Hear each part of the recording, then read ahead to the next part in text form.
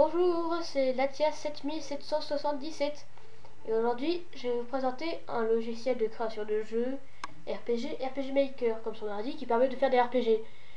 Donc voilà. Alors peut-être que vous ferez une vidéo éventuellement comment l'installer. Mais bon, ça c'est pas sûr. Donc pour commencer, je vous dis juste, je vous présente juste comment créer un RPG avec RPG Maker, toutes les bases et tout et tout et tout. Mais je ne vais pas vous montrer un jeu vidéo d'RPG Maker en lui-même, puisque mon logiciel de montage ne tolère pas ça et donc met l'image du jeu en tout petit. Donc voilà. Déjà pour commencer, nous allons créer un RPG et pour ce faire, nous devons cliquer sur ce bouton Nouveau projet. On va l'appeler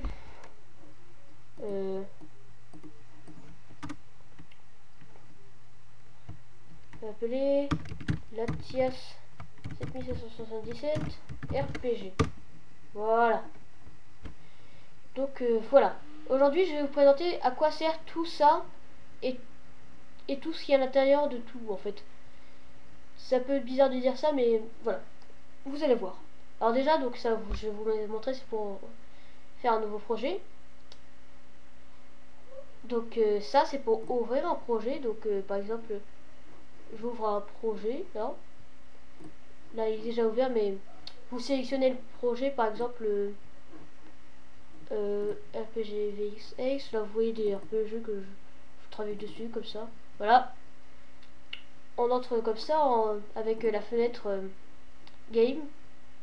Donc aussi, pour un jeu, je vais vous montrer à quoi sert ces 5 choses plus tard. Ça, c'est pour enregistrer le RPG, tout ça.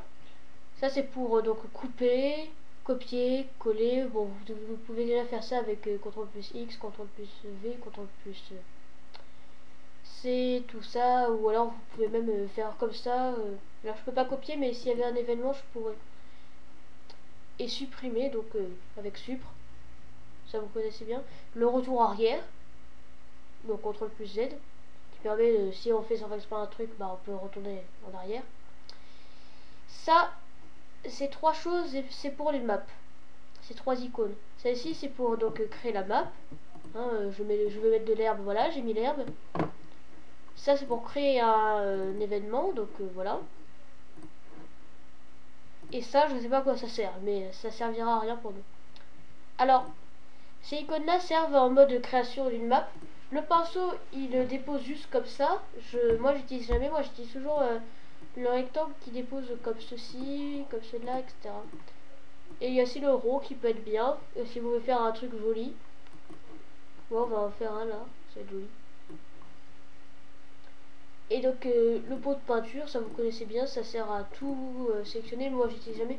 Et ça, important, les ombres pour assombrir une case. C'est pratique, mais voilà. Enfin, ça s'utilise. Donc ça c'est également pour la map. Là vous la voyez en 1 sur 1 pour la dézoomer, la dézoomer, la dézoomer et la rezoomer. Donc la base de données, ça c'est la base de tout. Hein, donc dans la base de données vous trouverez les héros. Donc les héros, on a machin, bidule, chouette, mais pour nous ça va servir à rien. Hop. Avec définir maximum, vous définissez le maximum de héros. Et là je vais supprimer ça. Je vais te supprimer toi. Les classes pareil. On enlève. Sauf si vous écrivez un RPG avec Eric et tout ça, mais je vous déconseille parce qu'Eric il sert à rien. Là il y a toutes les compétences, hein. On va les garder là parce qu'elles sont bien faites. Là les objets, donc les objets basiques, hein, potion, grande potion, potion max qui permet de régénérer la vie, éther pour les PM, fête phoenix pour ressusciter un allié, antidote pour guérir les poisons, herbe miracle pour guérir la plupart des statuts d'un allié, elixir, PV, PM, attaque plus, défense plus, voilà. Et les armes, donc ça vous connaissez ce que c'est, les armes, ça sert à avoir plus d'attaque généralement. Donc on va peut-être s'en servir, donc je vais garder ça. Pareil pour les armures, on va peut-être s'en servir, ça permet d'augmenter donc généralement la défense. Les ennemis, bon ça vous savez ce que c'est un ennemi, c'est un ennemi, hein, il n'y a pas 36 000 solutions. Là, ils nous présentent des ennemis comme ils veulent. Mais on va pas trop les utiliser, pas dans mes souvenirs. Les groupes, donc les groupes d'ennemis, hein, ça c'est bien pour les ennemis, pour qu'on les rencontre. S'il n'y a pas ça, on peut pas rencontrer d'ennemis. Statues, donc les statues, donc morts, empoisonnés, aveugles, muets, confus, sommeil, etc. Tout le monde connaît les statues.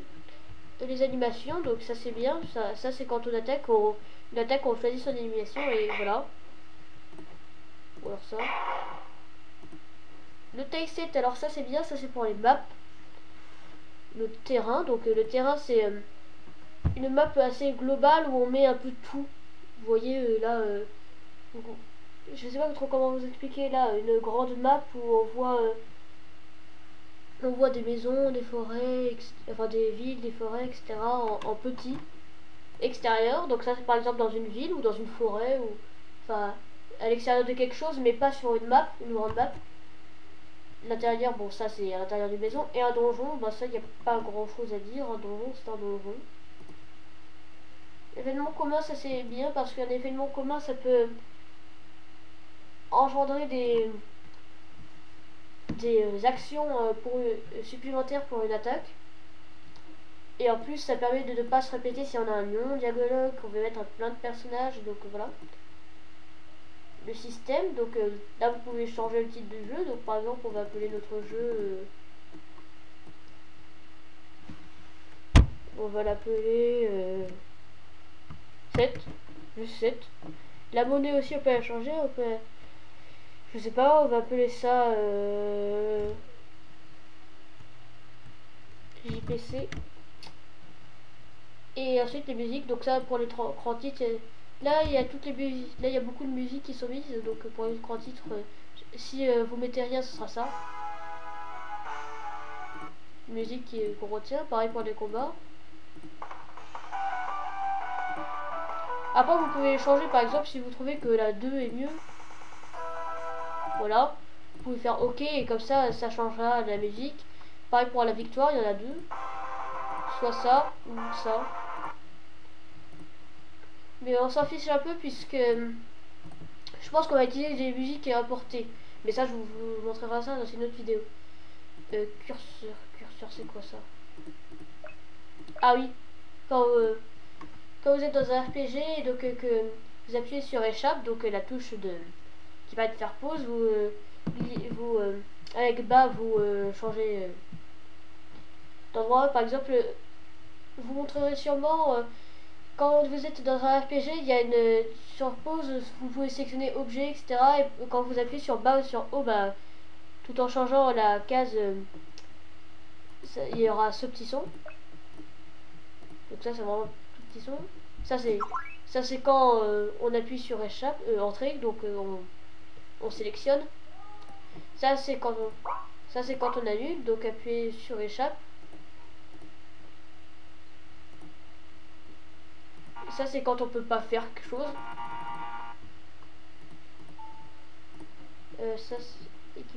Ça c'est quand on s'équipe de quelque chose. Quand on sauvegarde, comme c'est écrit, charger, début de combat. Donc début de combat quand un ennemi vous attaque. Et ensuite la musique s'actionne. Etc. etc. Bon on va pas trop les changer. Voilà, donc le joueur il va. Là on peut sélectionner l'événement de départ, mais on peut carrément le sélectionner directement comme ça. Vous montrerez plus tard sur la map. Et donc le lexique, donc là c'est pratique puisque par exemple des éléments comme ça, maintenant qu'on a des éléments, les éléments vous pouvez les équiper à des attaques et ces attaques, si on utilise une certaine attaque et un certain élément, ça va faire moins de dégâts à un ennemi. Donc les types d'armes pour savoir qui porte quoi. Par exemple on va appeler Jean, il va porter une lance, hein, il pourra porter que des lances, il pourra pas porter autre chose. On montrera ça quand on éditera un héros. Des compétences, donc soit spécial soit magique, ça sert pas à grand chose sauf pour muer en fait. c'est juste pour différencier les deux types, spécial et magique. Et donc il y a certains héros qui peuvent prendre des attaques de type spécial, certains héros des attaques de type magique, certains héros les deux. Et les types d'armure, c'est comme les types d'armes. Donc ça ce sont toutes les caractéristiques, vous pouvez les renommer. Par exemple, niveau, je peux appeler ça level, comme ceci. Donc on appelle ça N. Hop. Vous pouvez changer si vous voulez. Et donc voilà. Ça, très pratique, le gestionnaire de ressources, c'est par exemple, si vous voulez quelque chose en plus, par exemple, je veux une face en plus. Donc je l'importe de quelque part, je le prends par exemple dans mes images. Hop, on a beaucoup d'images. On va prendre Jean-Pierre Coff. Non, on va pas prendre ce Jean-Pierre Coff là. On va prendre celui-là, voilà. Maintenant on sélectionne OK. Et voilà. Je vous montrerai un peu plus les aperçus plus tard. Ouais,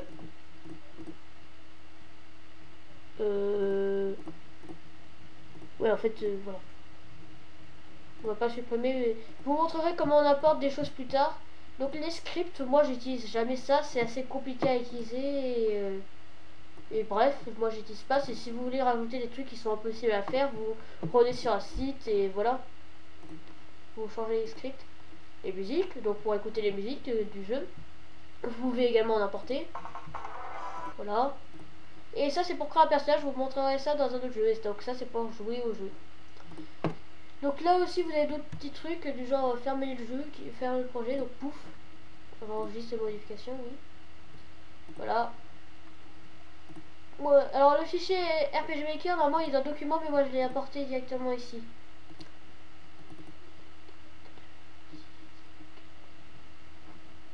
Non, c'est pas ça. Ici. Désolé, je confonds toujours avec des jeux que je crée en ce moment. Donc il va commencer par exemple là.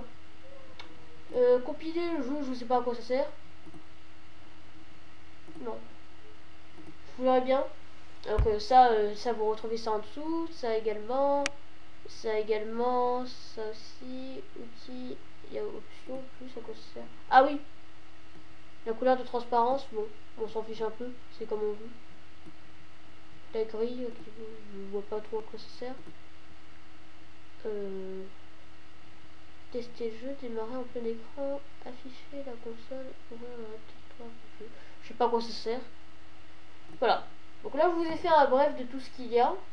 Merci à tous d'avoir regardé cette vidéo. Je vous en ressortirai la deuxième partie plus tard. Et donc, je vous dis bye bye. Allez, ciao!